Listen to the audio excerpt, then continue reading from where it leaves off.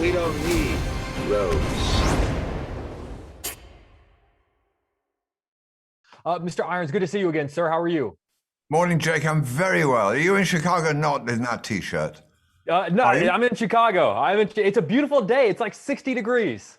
Are the winds not whipping across the lake and They are killing not, you? and I'm looking at I got the lake right in front of me, and it's a beautiful day. I wish you were here.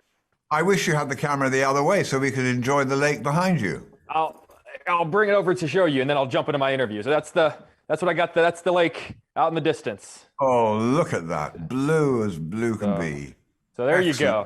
So lucky I'll tell you man. what, next time you're in Chicago, you can just come crash with me, sir. You don't even need to get a hotel.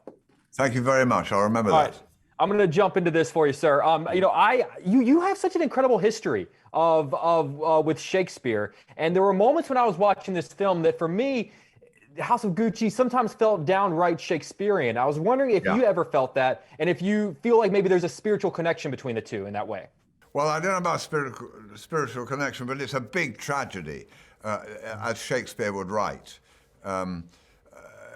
A family at the sort of top of its powers, with the ability to expand and become, even more exceptional, falling apart because of human nature, and the great tragedy at the end. Shakespeare would have written this if he'd been alive, I think. I think you're absolutely right. And Ridley, there is I think he's given it a largeness and an energy which you would hope from Shakespearean characters. You look at all the actors, what they're doing. Lady Gaga, a name like that, she's not going to be a mouse.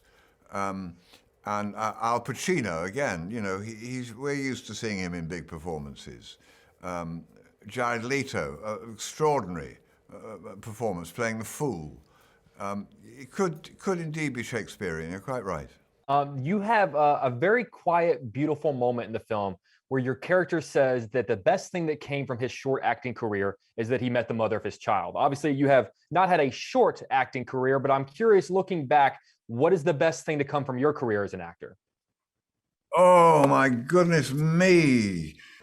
The best thing that's come is being able to keep a roof over the head of my family, I think.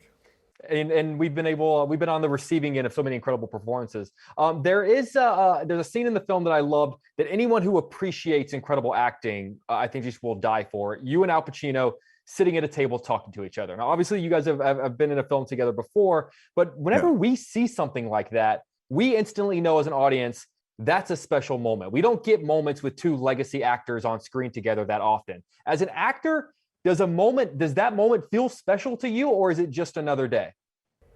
No, it's a joy working with Al.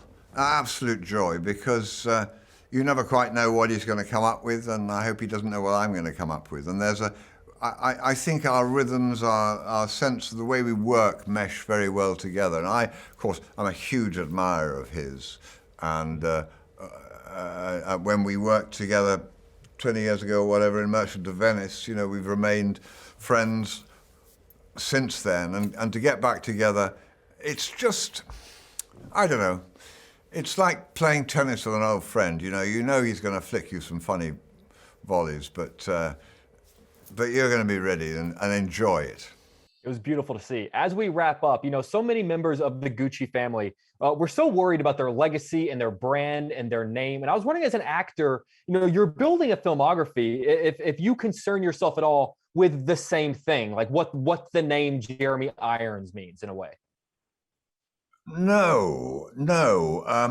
I try to think, do I want this piece of work seen at my retrospective? And if I don't, then I'll probably pass on it, unless they're going to pay me such a huge amount of money that I think, oh, well, you take some. And just make a bigger roof over the heads of your family on your. Mr. Irons, it is always nothing short of an honor to speak with you, sir. I know you have a very busy schedule, and I truly do appreciate your time. Please come visit me in Chicago whenever you're in town. Thank you very much. Take care of that view. Will do. Thank you, sir.